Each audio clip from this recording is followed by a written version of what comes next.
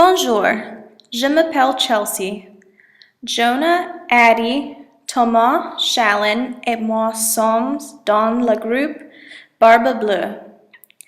Nous sommes dans les Sables d'Olonne pour le voyage pour l'école. Le voyage s'appelle Vendée. Pour le dernier projet, nous faisons un podcast à propos de la santé. Spécifiquement, nous sommes intéressés dans la différence entre les sécurités françaises et anglaises. Cette vidéo montrera vous plus d'informations utilisées des photos avec sous-titres, une interview et une démonstration.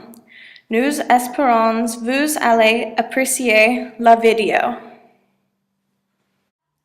Bonjour, je m'appelle Jonah, je suis avec Nathan qui va nous parler des sauveteurs en mer. Yes. Bonjour, moi je m'appelle Nathan, je suis sauveteur en mer depuis 5 ans, j'ai 21 ans et voilà, je suis sauveteur actuellement à Olonne-sur-Mer qui est une plage à côté des Sables d'Olonne. Nathan, combien de temps faut-il pour devenir sauveteur? Il faut 1 an pour devenir sauveteur. La première année, donc, on passe des diplômes de secourisme et on passe un diplôme qui s'appelle le BNSSA. Comme en Angleterre, vous avez le NARS, aux États-Unis aussi, vous avez le NARS. C'est un diplôme pour pouvoir sauver des vies sur la plage. Et après, tous les ans, on fait ce qu'on appelle un recyclage. On fait des entraînements, on s'entraîne tous les week-ends pour pouvoir être opérationnel l'été. Combien de personnes as-tu sauvé? J'en ai sauvé beaucoup, Je dirais, je sais pas, je dirais une trentaine peut-être, une trentaine. Mais après, il y a différents niveaux de gravité. J'ai jamais fait de massage cardiaque, j'en ai jamais fait. Mais par contre, je suis allé chercher beaucoup de personnes dans l'eau que j'ai ramenées avec moi. Voilà. Devez-vous sauver des vies uniquement dans le... Non, en fait, on surveille principalement la mer. Mais c'est vrai que quand une personne sur la plage se sent pas bien, on doit aussi intervenir. Et ça nous est arrivé aussi d'intervenir sur les voies de circulation derrière le poste, sur la route par exemple, des accidents de la route avec des voitures. Voilà. Et utilisez-vous pour sortir des vies? Alors quel matériel? Alors, on a beaucoup de matériel. Déjà on a tout ce qui est les véhicules. Les véhicules, donc on a des 4x4 sur la plage, des jet skis. On a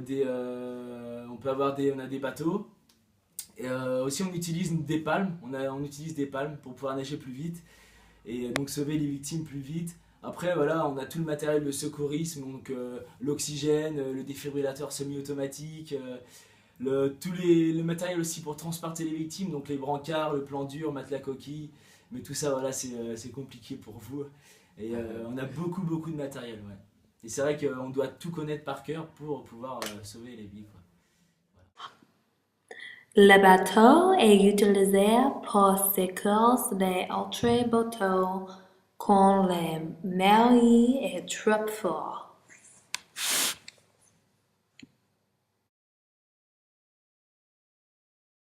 Les sauveteurs sont très qualifiés aux premiers secours, comme la RCR.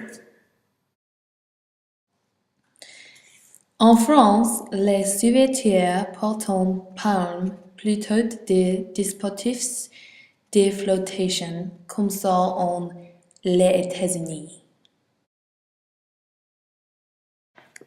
Les sauveteurs enseignent aussi cours de natation pour les enfants à la piscine. Les sauveteurs aussi marchent le long de la plage et surveillent les nageurs.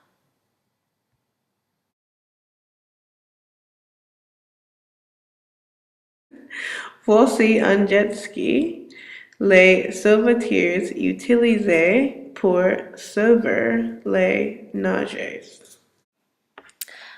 Contrairement aux sauvages les États-Unis, les Français ont leur propre style de leur servir des vies. Pour États-Unis, sauvages, ils prennent du ciment déclassé pour se qualifier. En France, ils prennent au moins un année.